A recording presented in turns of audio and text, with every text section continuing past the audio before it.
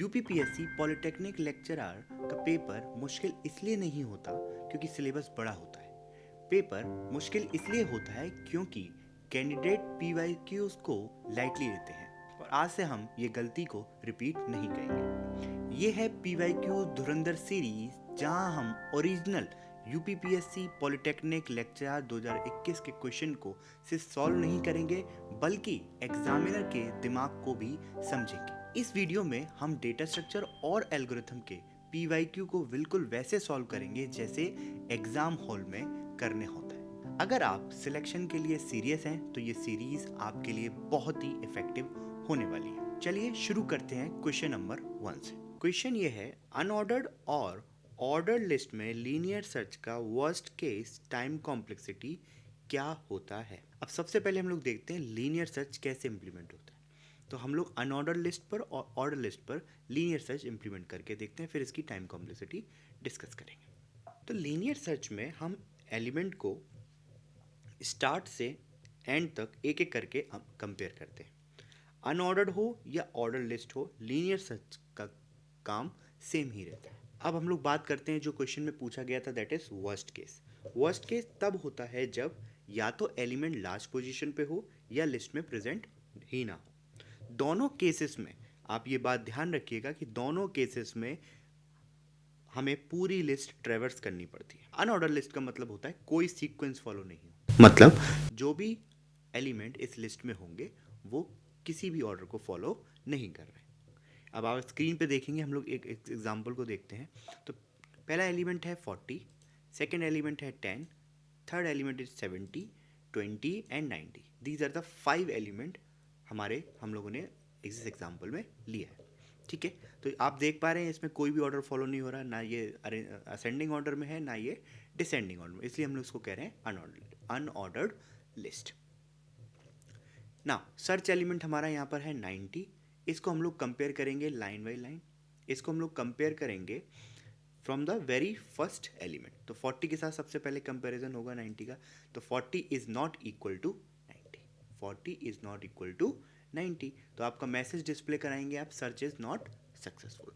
फिर ये linear search है, एज इट नेम सजेस्ट, तो ये पॉइंटर मूव करेगा अपने सेकेंड एलिमेंट में। एरे का जो सेकेंड एलिमेंट है दैट इज 10। अब 10 कंपेयर होगा किसके साथ, फिर से वो 90 के साथ कंपेयर होगा और 90 is not equal to 10, 90 is not equal to 10 और आपका मैसेज डिस्प्ले होगा सर्च इज नॉट सक्सेसफुल। अब हम लोग अपनी जो सर्चिंग है उसको कंटिन्यू रखेंगे और हमारा जो पॉइंटर है वो मूव करेगा अपने थर्ड एलिमेंट में। थर्ड एलिमेंट जैसे ही आएगा उसको हम लोग कंपेयर करेंगे 70 90 के साथ, 90 इज नॉट इक्वल टू 70।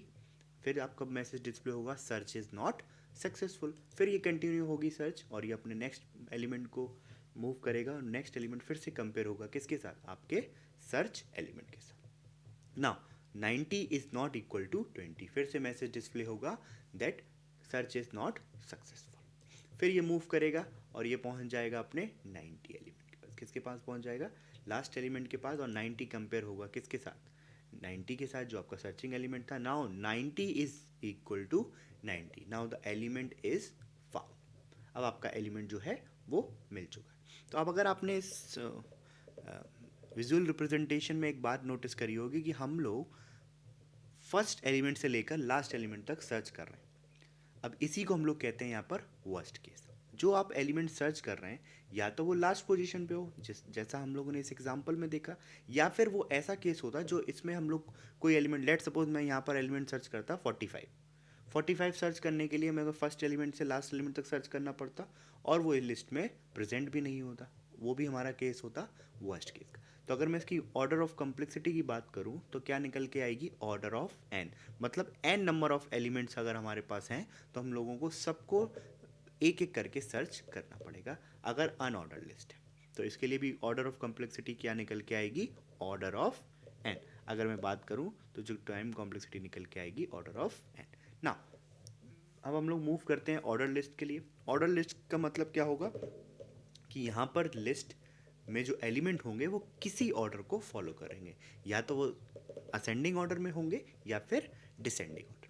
तो हम लोग यहाँ पर लिस्ट सेम एलिमेंट जो हम लोगों ने अभी अनऑर्डर्ड लिस्ट में लिए थे उसी को हम लोगों ने ऑर्डर लिस्ट में लिया है, बट उनको एक सीक्वेंस फॉलो करा है। देखते हैं। पहला एलिमेंट हम लोगों ने लिया 10, 20, 40, 70 एंड 90। अब एरे में हम लोगों ने एक एलिमेंट्स लिए हैं असेंडिंग ऑर्डर में। जो पहले एलिमेंट लिए थे उनको असेंडिंग ऑर्डर में यहाँ पर मेंशन करा, इसको हम लोग कह रहे हैं ordered list. Right now search element same हम लोग यहाँ पर कंसिडर कर रहे हैं 90। अब सेम लीनियर सर्च अप्लाई करते हैं इस ऑर्डर लिस्ट पर, देखते हैं इसकी टाइम कॉम्प्लेक्सिटी आपको विजुअली क्लियर होगा कि कैसे इंप्लीमेंट हो रहा है। तो फर्स्ट एलिमेंट हमारा सेम 10, 10 कंपेयर हुआ 90 के साथ, 90 is not equal to 10, message display होगा। फिर 20 कंपेयर होगा 90 के साथ, 90 इज़ नॉट इक्वल टू 20, फिर मैसेज डिस्प्ले होगा कि सर्च इज़ नॉट सक्सेसफुल। फिर मूव करेगा 40, 90 इज़ नॉट इक्वल टू 40। फिर हम लोग अपने नेक्स्ट एलिमेंट पे that is 90, 90 is equal to 90, search is successful. अब आप देख रहे हैं ऑर्डर लिस्ट में भी वर्स्ट केस का मतलब वही है, या तो आपका जो एलिमेंट है वो लास्ट पोजीशन पर हो, या फिर मैं फिर एक एग्जांपल यहाँ पर कोट करूँगा कि सपोज जो सर्च एलिमेंट होता वो 45 होता, तब भी आपको फर्स्ट एलिमेंट से सर्च करना होता और लास्ट एलिमेंट तक सर्च करते। आई होप आपको ये क्लियर हुआ होगा ना। अब हम लोग मूव करते हैं अपने क्वेश्चन, जो एक्चुअल क्वेश्चन था उसका आंसर चेक करते हैं कि उसमें क्या आंसर था उसका। अभी जो हम लोगों ने विजुअल रिप्रेजेंटेशन देखा लीनियर सर्च का अनऑर्डर लिस्ट के लिए और ऑर्डर लिस्ट के लिए, उसके अकॉर्डिंग आपको ये बात समझ में आई होगी कि जो time complexity for unorder list आया था that is order of N, and unorder list के लिए भी जो टाइम कॉम्प्लेक्सिटी आई थी that is order of N. इसके अकॉर्डिंग जो हमारा आंसर निकल के आएगा दैट इज सी, क्योंकि सी ऑप्शन में आप देखिए order of N and order of. Next question है हमारा binary relation between leaf node and node of degree 2। ये भी क्वेश्चन यूपीपीएससी पॉलिटेक्निक लेक्चर 2021 का क्वेश्चन है। हमने इस पीवाईक्यू धुरंधर सीरीज में सारे यूपीपीएससी पॉलिटेक्निक लेक्चर 2021 के क्वेश्चन पेपर को सब्जेक्ट वाइज ब्रेकअप कर लिया है। सारे सब्जेक्ट वाइज हम क्वेश्चन को सॉल्व करा रहे हैं। तो सेकंड क्वेश्चन हमारा है binary tree relation between leaf node end nodes of degree 2। Question क्या कह रहा है कि बाइनरी ट्री है 64 leaf nodes and the number of node of degree 2 in T is. Question कह रहा है कि एक बाइनरी ट्री के 64 लीफ नोड हैं, तो number of node of degree 2 क्या होंगे। राइट अब हमें पहले ये पता होना चाहिए कि number of node of degree 2 की क्या मतलब है। तो बाइनरी ट्री में डिग्री 2 नोड वो होता है जिसके एग्जैक्टली दो चिल्ड्रन होते हैं। ये पॉइंट क्लियर हो रहा है कि बाइनरी ट्री में डिग्री 2 नोड वो होता है जिसके एग्जैक्टली दो चिल्ड्रन है। इसको हम लोग एक एग्जांपल की हेल्प से सॉल्व करते हैं। This is a root node, root node का लेफ्ट चाइल्ड है और राइट चाइल्ड है, और ये दोनों जो नोड हैं वो क्या कहला रहे हैं यहाँ पर लीफ नोड। लीफ नोड क्या होगा जिसका कोई भी चिल्ड्रन नहीं है। देख पा रहे हैं आप इन दोनों का कोई भी चिल्ड्रन नहीं। ये हमारा रूट नोड, इसको मैं कह रहा हूँ डिग्री 2 नोड। क्यों? क्योंकि इस नोड के दो चिल्ड्रन हैं, इसलिए ये क्या हो गया डिग्री 2 नोड। ना अब क्वेश्चन को हम लोग मूव करते हैं। वो एक इंपॉर्टेंट प्रॉपर्टी होती है बाइनरी ट्री की, that is number of leaf node, number of leaf node that is L is equal to now number of degree 2 nodes, nodes with degree 2 plus 1। तो मैं इस एग्जांपल को आप इस फॉर्मूले की हेल्प से आपको समझाने की कोशिश करूं तो एक एग्जांपल में आपको पता है कि नंबर ऑफ लीफ नोड हमारे पास कितने हैं, दैट इज़ 1 एंड 2। दो लीफ नोड है हमारे पास, तो लीफ नोड की वैल्यू क्या हो गई 2। डिग्री ऑफ 2 नोड हमें निकालना है, तो n2 की वैल्यू हमें फाइंड करनी है n प्लस 1। तो n2 की वैल्यू यहाँ पर निकल के आएगी 1। मतलब इस एग्जाम्पल में जो डिग्री विद 2 नोड होने चाहिए वो कितने होने चाहिए 1। Answer is correct. ये एक ही डिग्री ऐसा नोड है जिसकी डिग्री 2 है, मतलब एक ऐसा नोड है जिसके दो ही चिल्ड्रन। ये बात यहाँ पर क्लियर हुई। अब हम लोग एक एग्जाम्पल और देखते हैं जिससे आपको क्लियर आइडिया हो जाएगा। ये देखिए इस एग्जाम्पल में देखिए हमारे पास लीफ नोड कितने हैं 1 2 3 एंड 4। तो वी हैव 4 लीफ नोड। तो लीफ नोड की वैल्यू यहाँ पर क्या हो गई 4, और नोड्स विद हम लोग डिग्री 2 हम लोगों को फाइंड करना है, तो वो हो गया n2 इज प्लस 1। तो n2 की वैल्यू यहाँ पर निकल के आएगी 3। दैट मीन्स इस एग्जाम्पल में नोड विद डिग्री 2 कितने होने चाहिए 3। तो पहला देखते हैं ये फर्स्ट, इसके दो चिल्ड्रन हैं, आपका आंसर होगा यस, दो चिल्ड्रन है। फिर इसको देख लेते हैं, इसके दो चिल्ड्रन हैं यस, इसके दो चिल्ड्रन हैं। इसको देख लेते हैं, इसके दो चिल्ड्रन हैं यस। तो हमारे पास जो डिग्री ऑफ 2 नोड निकल के आए 3। तो दैट मीन्स इन फिगर से आपको ये समझ में आ रहा होगा कि हम इस फॉर्मूले की हेल्प से भी अपने डिग्री विद 2 नोड्स को फाइंड कर सकते हैं। अब इसी फॉर्मूले की हेल्प से हम लोग जो क्वेश्चन यूपीपीएससी पॉलिटेक्निक लेक्चरर 2021 में पूछा गया था उसको निकालने का ट्राई करते हैं। तो मैं क्वेश्चन एक बार फिर से पढ़ता हूँ कि हमारे पास बाइनरी ट्री में 64 लीफ नोड है और हमें फाइंड करना है number of nodes with degree 2 कितने होंगे। तो अभी मैंने फॉर्मूला देखा, अगर आपको फॉर्मूला मैं यहाँ पर बताऊँ, L is equal to N2 plus 1। L यहाँ पर क्या है, नंबर ऑफ लीफ नोड। तो यहाँ पर नंबर ऑफ लीफ नोड कितने हैं, एज इट मेंशन देखिए 64। N2 की वैल्यू हमें फाइंड करनी है यहाँ पर, और प्लस 1। तो N2 की वैल्यू अगर आप लोग यहाँ पर फाइंड कर पाएंगे तो क्या होगा, आ गई 63। तो इस क्वेश्चन के लिए जो N2 number of node with degree 2 जो निकल के आएगा दैट इज 63। वो किस ऑप्शन में है, वो है ऑप्शन सी। अब हम चलते हैं अपने क्वेश्चन 3 की तरफ, जो कि है हीप या फिर बाइनरी मैक्स हीप से रिलेटेड। हीप से रिलेटेड दो क्वेश्चन पूछे गए थे, एक बाइनरी मैक्स हीप से रिलेटेड था, एक बाइनरी मेन हीप से। तो पहला क्वेश्चन हम लोग देखते हैं बाइनरी मैक्स हीप। इसमें क्या पूछा गया है, which one of the following array represent a binary max heap. Options में कुछ एरे की वैल्यूज दे रखी हैं, उसमें आपको ये बताना है ये कौन सा ऐसा ऑप्शन है जो बाइनरी मैक्स हीप से मैच कर रहा है। तो सबसे पहले हम बाइनरी हीप को समझते हैं कि बाइनरी हीप होता क्या है। आप स्क्रीन पे देख पा रहे हैं कि बाइनरी हीप एक स्पेशल टाइप का बाइनरी ट्री होता है जिसमें दो इंपॉर्टेंट रूल को फॉलो करा जाता है। पहला रूल कि it must be a complete binary tree. सबसे पहला रूल ये है कि बाइनरी हीप हमेशा एक कंप्लीट बाइनरी ट्री होता है। अब इसका क्या मतलब है, अभी मैं आपको एग्जांपल की हेल्प से भी समझाऊंगा। इसका मतलब ये है, हर लेवल पूरी तरह फिल्ड होता है और लास्ट लेवल जो भी होगा वो लेफ्ट से राइट की तरफ फिल होगा। इस रूल की वजह से हम हीप को एरे के अंदर इजीली रिप्रेजेंट कर पाते हैं। वो भी हम लोग आगे देखेंगे कि क्या मतलब है इस बात का। रूल 2 की बात कर लेते हैं। रूल 2 क्या है, रूल 2 है कि हीप प्रॉपर्टी को सेटिस्फाई करना चाहिए। दूसरा और सबसे इंपॉर्टेंट रूल है heap property. Heap property decide करती है कि हीप मिन हीप होगा या फिर मैक्स। अब मैं आपको एक एग्जांपल के हेल्प से समझाने की कोशिश करता हूँ पहले कि कंप्लीट बाइनरी ट्री क्या है। तो देखिए इस एग्जांपल में हम देखिए, हम लोग देख पा रहे हैं कि आपके पास लेवल 0 है, लेवल 1 है और लेवल 2 है। तो लेवल 0 लेवल 1 में देखिए कंप्लीटली फिल्ड है। एक लेवल 0 पे हमारा एक रूट नोड है, उसके दो चाइल्ड हैं तो लेफ्ट टू राइट फिल हो रहा है। फिर लेवल 2 पर आइए, तो लेवल 2 में देखिए जो फिल्ड हो रहा है वो लेफ्ट चाइल्ड के लेफ्ट चाइल्ड है, फिर राइट चाइल्ड है, ठीक है। फिर अगर हम लोग यहाँ पर बात करें तो यहाँ पर कोई भी चाइल्ड नहीं है, राइट चाइल्ड का कोई भी चाइल्ड नहीं है। तो ये कंप्लीटली फिल्ड हो रहा है फ्रॉम लेफ्ट टू राइट, तो ये सेटिस्फाई कर रहा है कंप्लीट बाइनरी ट्री को। अभी आपको थोड़ा सा कंफ्यूजन अगर इसमें भी रह जाता तो हम लोग ये देखेंगे कौन सा ट्री कंप्लीट बाइनरी ट्री नहीं होगा, जिससे आपको बिल्कुल क्लियरिटी हो जाएगी। इस एग्जाम्पल को मैं कह रहा हूँ कि ये कंप्लीट बाइनरी ट्री है। अब मैं एक एग्जाम्पल आपके सामने रखता हूँ, उसको देखिए, जो कंप्लीट बाइनरी ट्री नहीं। देखिए रूट नोड है हमारे पास, ठीक है, रूट नोड का लेफ्ट चाइल्ड, रूट नोड का राइट चाइल्ड, कोई दिक्कत नहीं है, सेटिस्फाई कर रहा है। अब लेवल 2 पर आइए। अब लेवल 2 में देखिए जो ये लेफ्ट चाइल्ड है, इसके लेफ्ट चिल्ड्रन है, राइट चिल्ड्रन है, कोई दिक्कत नहीं है यहाँ पर, यहाँ तक सब कुछ ठीक चल रहा। अब ये देखिए, अब देखिए जो राइट चाइल्ड है उसका लेफ्ट चाइल्ड नहीं है, उसका जो लेफ्ट चाइल्ड है वो नहीं, बट राइट चाइल्ड है। दैट मीन्स कि यहाँ पर ये कंप्लीट बाइनरी ट्री की प्रॉपर्टी को सेटिस्फाई नहीं कर रहा। वो क्या था कि जब भी हम लास्ट लेवल पर होंगे अपने ट्री के, तो वो राइट से लेफ्ट की तरफ, वो सॉरी लेफ्ट से राइट की तरफ फिल होना चाहिए। देखिए यहाँ पर लेफ्ट से राइट फिल हो रहा है, कोई दिक्कत नहीं, बट यहाँ पर लेफ्ट से राइट फिल नहीं हो रहा, तो इसलिए कंप्लीट बाइनरी ट्री को ये सेटिस्फाई नहीं कर रहा।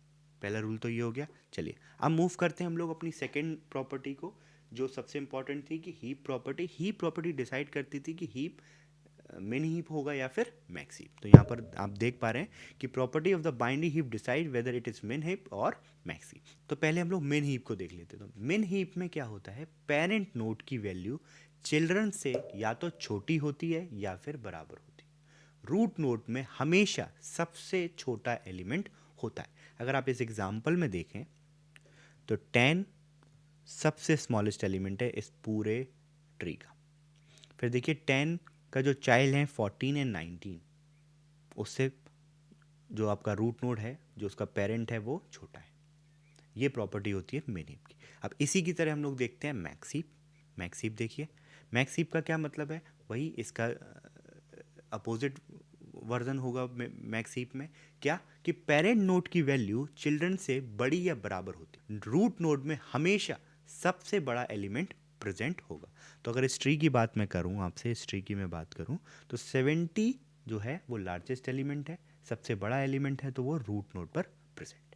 अब हम लोगों ने बाइनरी मैक्स हीप के बारे में समझ लिया है कि बाइनरी मैक्स हीप क्या होता है, उसका कॉन्सेप्ट समझ लिया है। अब एक्चुअल क्वेश्चन को सॉल्व करने का ट्राई करते हैं। एक बार मैं आपसे फिर क्वेश्चन को डिस्कस कर लेता हूँ कि बाइनरी मैक्स हीप का एरे हमें यहाँ पर रिप्रेजेंट करना है। ठीक है, तो देखिए एरे रिप्रेजेंटेशन के लिए मैंने यहाँ पर आपको क्या करा, एक एक ऑप्शन को हम लोग यहाँ पर चेक करते हैं कि वो बाइनरी मैक्स हीप की का एरे है या फिर नहीं। तो उसको रिप्रेजेंटेशन के लिए, एरे रिप्रेजेंटेशन के लिए हमारे पास कुछ फॉर्मूला है, उसको हम लोग यहाँ पर कंसीडर कर रहे हैं कि रूट जब भी हमें फाइंड करना है तो वो एरे 0 से फाइंड होगा, पेरेंट जब भी फाइंड करना होगा तो एरे i-1 डिवाइड बाई 2 से फाइंड करेंगे, और लेफ्ट चाइल्ड जब हमें फाइंड करना होगा तो array 2 multiply bye i+1, right child find करना है तो एरे 2 मल्टीप्लाई बाय i+2। अब इसको हम लोग एक एक ऑप्शन को यहाँ पर सॉल्व करने का ट्राई करते हैं। तो देखिए पहला ऑप्शन मतलब जो पहले ही जो हम लोगों ने ऑप्शन लिया हुआ है, जो ये पहला ऑप्शन है आपके पास, उसी को हम लोग चेक कर रहे हैं, पहले ऑप्शन को चेक कर रहे हैं। तो पहला ऑप्शन देखिए क्या है, एरे 0, जो उसकी वैल्यू क्या है यहाँ पर 25, क्योंकि जीरो एलिमेंट पे कौन सी वैल्यू है 25। तो अगर हम लोग रूट यहाँ पर क्या होगा 25, कोई दिक्कत नहीं है। फिर हम लोग यहाँ पर कैलकुलेट करेंगे array to left child 2 multiply by I मतलब 0 + 1, तो यहाँ से निकल के आएगा 1 का मतलब क्या है, 0th एलिमेंट था, फिर 1th एलिमेंट पे कौन सी वैल्यू प्रेजेंट है, तो ये हो जाएगा आपका लेफ्ट चाइल्ड 12। तो रूट नोट 25, उससे छोटी वैल्यू 12 सेटिस्फाई कर रहा है, कोई प्रॉब्लम नहीं है। चलिए अब मूव करते हैं आगे राइट चाइल्ड की तरफ। यहाँ पर 2 मल्टीप्लाई बाय आई की वैल्यू क्या है 0 + 2 is equal to 2। Right child आएगा 2th एलिमेंट जो कि है 16, तो यहाँ पर ये हो गया 16। तो ये हो गया आपका 0, ये हो गया आपका 1 और ये हो गया आपका 2। अभी तक आप देख रहे हैं कि बाइनरी मैक्स हीप की प्रॉपर्टी को ये सेटिस्फाई कर रहा है। अब हम लोग ट्राई करते हैं, जो ये लेफ्ट चाइल्ड है 12, इसके लेफ्ट चाइल्ड को फाइंड करने का। तो इसके लेफ्ट चाइल्ड को फाइंड करते हैं हम लोग। अब रूट हमारा क्या हो गया, आई की वैल्यू क्या हो गई, आई की वैल्यू हो गई है 1। रूट की वैल्यू क्या हो गई, अगर हम लोग 12 को वो कर रहे हैं तो इसका लेफ्ट चाइल्ड क्या होगा 2 multiply bye 1 + 1 that is 3, that is 3। 3 की वैल्यू क्या हो गई यहाँ पर 13। जैसे ही आप यहाँ पर 13 लिखेंगे, तो ये प्रॉपर्टी को क्या कर देगा, वॉयलेट कर देगा, ये प्रॉपर्टी को वॉयलेट कर देगा, क्योंकि रूट नोड हमेशा बाइनरी मैक्स हीप में अपने चिल्ड्रन से बड़ा होना चाहिए। बट यहाँ पर देखिए 12 छोटा है और 13 बड़ा, तो फर्स्ट ऑप्शन क्या हो गया आपका, रॉन्ग। ऐसे ही हम लोग सेकंड ऑप्शन को देखते हैं, सेकंड ऑप्शन हमारा ठीक है या फिर नहीं। रूट नोड यहाँ पर क्या है, दैट इज 25। 25 का लेफ्ट कौन होगा 1th, अभी हम लोगों ने फाइंड करा था 14, कोई दिक्कत नहीं है। फिर यहाँ पर क्या होगा 13, कोई प्रॉब्लम नहीं है। 13 के बाद देखिए अब 14 का लेफ्ट चाइल्ड कौन होगा, देखिए 16, 14 का लेफ्ट चाइल्ड 16। आप कैसे निकाल सकते हैं यहाँ पर वैल्यू पुट करके, तो 14 का लेफ्ट चाइल्ड यहाँ पर भी क्या कर देगा, वॉयलेट कर देगा। तो सेकेंड ऑप्शन भी आपका यहाँ पर क्या हो गया, रॉन्ग। थर्ड ऑप्शन पर चलते हैं, थर्ड ऑप्शन को देखते हैं। सबसे पहले 0th एलिमेंट है, रूट नोड क्या हो गया 25, रूट नोड हो गया 25। अब 25 का लेफ्ट चाइल्ड आपका कौन है 14, कोई दिक्कत नहीं।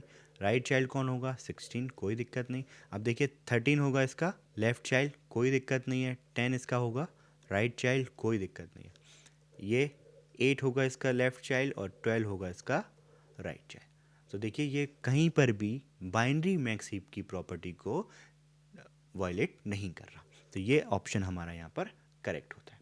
अब फोर्थ ऑप्शन को भी यहाँ पर देख लेते हैं कि वो सही है कि नहीं। तो पहले आपने हम लोगों ने देखा 25 का लेफ्ट 14 होगा यहाँ पर, कोई दिक्कत नहीं है, यहाँ तक सेटिस्फाई कर रहा है। फिर ये 12, कोई दिक्कत नहीं है। फिर इसका देख लेते हैं, ये 13 हो रहा है लेफ्ट चाइल्ड, और राइट चाइल्ड कौन होगा 10, कोई दिक्कत नहीं है। इसका लेफ्ट चाइल्ड देख लेते हैं 8, कोई दिक्कत नहीं। बट इसका जो राइट चाइल्ड है वो क्या हो गया 16, 12 और 16, 12 बड़ा छोटा एलिमेंट है, 16 बड़ा। अगर इन दोनों के बीच में कंपैरिजन होगा तो ये भी ऑप्शन रॉन्ग। तो अभी तक हम लोगों ने देखा कि जो हमारा आंसर निकल के आया वो कौन सा था, सी। बाकी सारे ऑप्शन हमारे यहाँ पर क्या थे, रॉन्ग। सिर्फ सी ऑप्शन ऐसा था जो बाइनरी मैक्स हीप को सेटिस्फाई कर रहा। हीप का नाम सुनते ही मैक्सिमम लोग सीधा बोल देते हैं लॉग आंसर, और बस यहीं पर एग्जामिनर जीत जाता है। क्वेश्चन ध्यान से सुनो। In a binary min heap containing n number, the largest element can be found in how much time? Binary hip में सपोज n नंबर्स हैं, उसमें यह पूछा गया है कि लार्जेस्ट एलिमेंट आप कितने टाइम में फाइंड कर सकते हैं। इसको हम लोग समझते हैं। मिन हीप के बारे में पूछा गया है, मैक्स हीप के बारे में नहीं। और मिन हीप में अभी हम लोगों ने देखा था कि स्मॉलेस्ट एलिमेंट रूट पे होता है, लेकिन लार्जेस्ट एलिमेंट का कोई भी फिक्स्ड पोजीशन नहीं होता। अब लॉजिकल सोचो, मिन हीप का रूल सिर्फ इतना ही बोलता है कि पेरेंट की वैल्यू हमेशा या तो इक्वल होगी या लेस देन होगी अपने चिल्ड्रन से। इस रूल का मतलब ये नहीं है कि लार्जेस्ट एलिमेंट लीफ के लास्ट नोड पे ही होगा, ऐसा बिल्कुल भी ज़रूरत नहीं। तो लार्जेस्ट एलिमेंट किसी भी लीफ नोड पे हो सकता है, और बाइनरी हीप में मैक्सिमम एलिमेंट लीफ लेवल पे होते हैं। तो अगर मुझे लार्जेस्ट एलिमेंट ढूंढना है, मुझे सारे लीफ नोड चेक करने पड़ेंगे। सपोज हीप में टोटल नोड्स होंगे, let suppose is equal to n। और वर्स्ट केस क्या होगा कि हमें लास्ट एलिमेंट तक उसको सर्च करना है। वर्स्ट केस क्या है कि लार्जेस्ट एलिमेंट्स लास्ट लीफ पे हो सकता है। वर्स्ट केस यही होगा कि लास्ट लीफ पर एलिमेंट होगा। इसका मतलब हमें कितने टाइम पर स्कैन करना पड़ेगा, n टाइम्स। तो इसकी कॉम्प्लेक्सिटी क्या निकल के आएगी, ऑर्डर ऑफ n। इसलिए करेक्ट टाइम कॉम्प्लेक्सिटी होगी ऑर्डर ऑफ n, जो कि हमारा ऑप्शन है ए, दैट इज ए।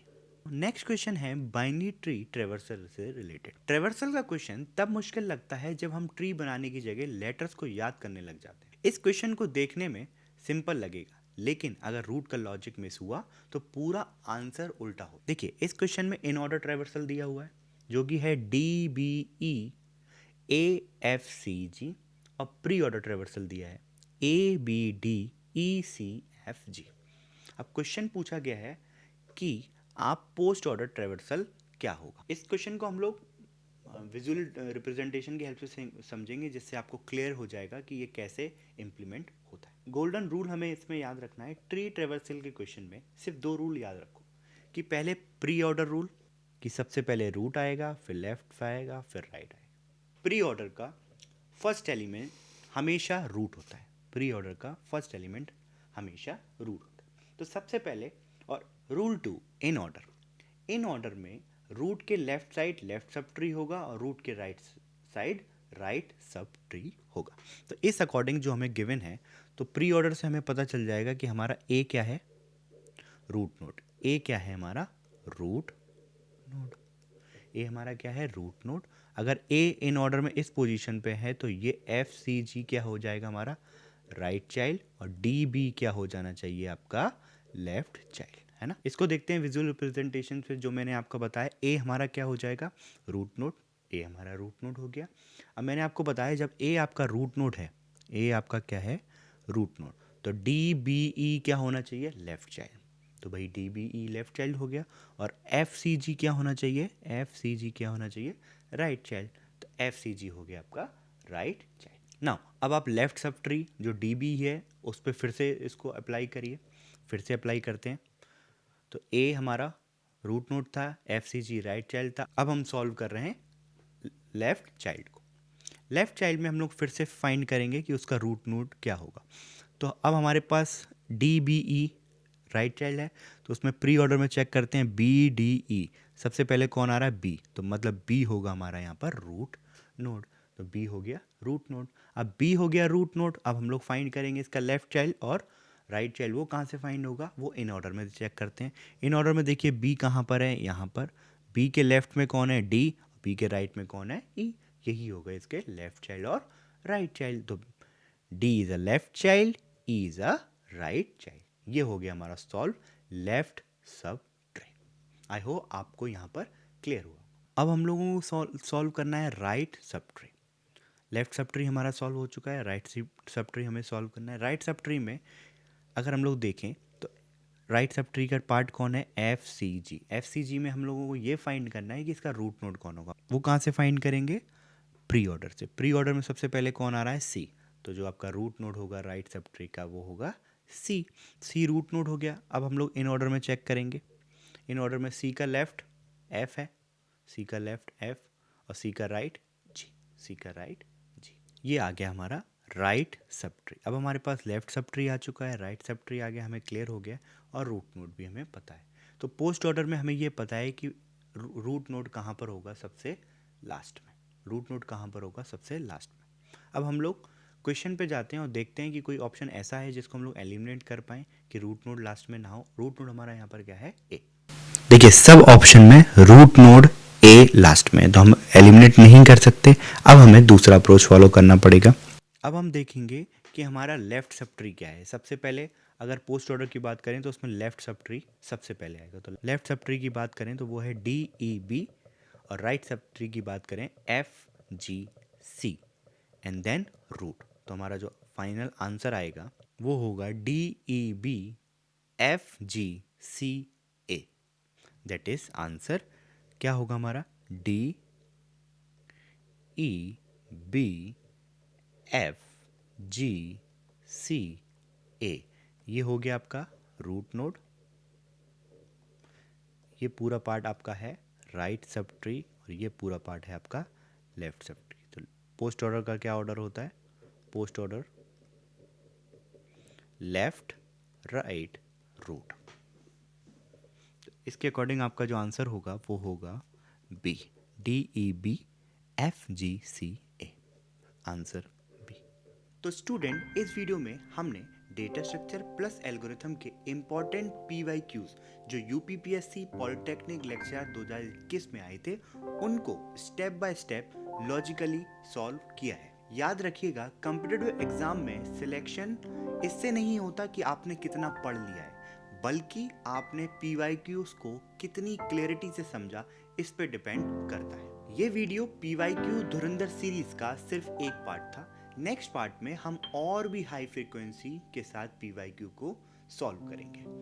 अगर आपको ये अप्रोच पसंद आ रही है तो चैनल के साथ कनेक्टेड रहिए ताकि नेक्स्ट पार्ट आपसे मिस ना हो। मैं गारंटी देता हूँ अगर आप ये PYQ धुरंधर सीरीज को पूरी फॉलो कर लेंगे तो आप हर सब्जेक्ट को अपना एक स्ट्रॉन्ग स्कोरिंग एरिया बना लेंगे with the help of PYQ series. Thank you for watching Codebook by Bharti.